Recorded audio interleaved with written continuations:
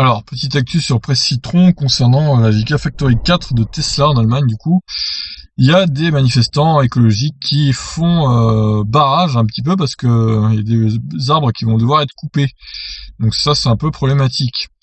Tesla ne fait pas uniquement face aux climato-sceptiques. Son projet d'usine européenne, la Gigafactory 4, s'attire également les foudres de guerre d'un groupe de manifestants écologiques. Le prochain site de production qui sera situé en Allemagne va devoir déposer la section d'une forêt près de Berlin. Cette déforestation interviendrait prochainement et prendrait fin avant le mois de mars. Pour l'heure, il n'était que 50 à s'être aventurés sur le terrain en phase d'être déboisés par Tesla, mais le mouvement risque d'augmenter avec la médiatisation qui s'en est suivie.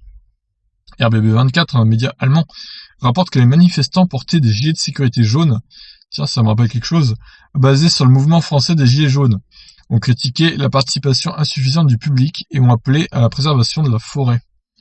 Le syndicat de conservation de la nature et de la biodiversité NABU a fait partie de la manifestation et appelle les autres organismes à se joindre au mouvement.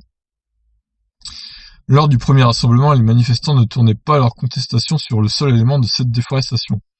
Certains d'entre eux, comme Nadine Rothmeier, une membre du NABU, souhaitaient également alerter sur les émissions polluantes que l'usine pourrait rejeter dans la région une fois qu'elle sera en activité, c'est-à-dire en 2021 normalement. Je pense que chaque citoyen ici a son propre sujet. Pour certains, c'est la nature, la forêt ou les gens. L'usine émettra également des polluants qui polluent la région, s'accordait à dire la militante. Alors là, il y a une carte du coup. Sur la carte ci-dessus, vous pouvez découvrir une zone en rouge situant la section de forêt sur laquelle Tesla implantera son usine. Elle correspond forcément à un nombre important d'arbres qui devront être coupés. En tout, le terrain de Tesla correspond à 300 hectares, dont mon confrère d'électrique rappelait le prix d'achat qui se situe aux alentours de 40 millions d'euros. Par la suite, le constructeur automobile de Palo Alto produira des modèles Y et des modèles 3. Les premières briques de l'usine devraient être posées dans quelques semaines, si Tesla veut pouvoir débuter sa production fin 2021. Ah là là.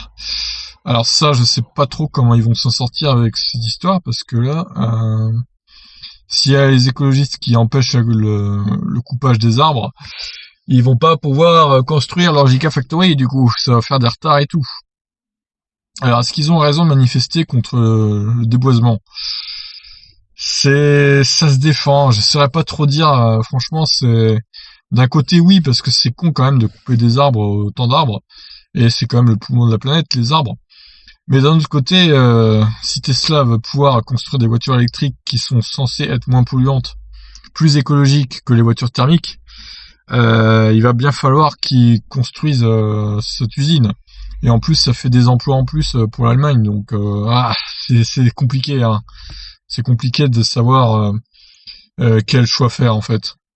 Je serais plus pour la construction de l'usine quand même, moi. Mais bon, c'est vrai que c'est dommage de couper tous ces arbres. Mais bon, le problème c'est qu'ils pouvaient peut-être pas aller ailleurs, quoi.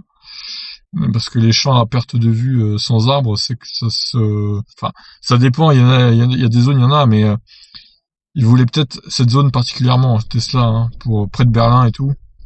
C'était peut-être plus simple pour eux. Bon bah écoutez, on s'arrête là. À vous de me dire ce que vous en pensez. Est-ce que les écologistes ont raison ou est-ce que Tesla a raison? Voilà, bonne question. Je vous laisse répondre. Ciao.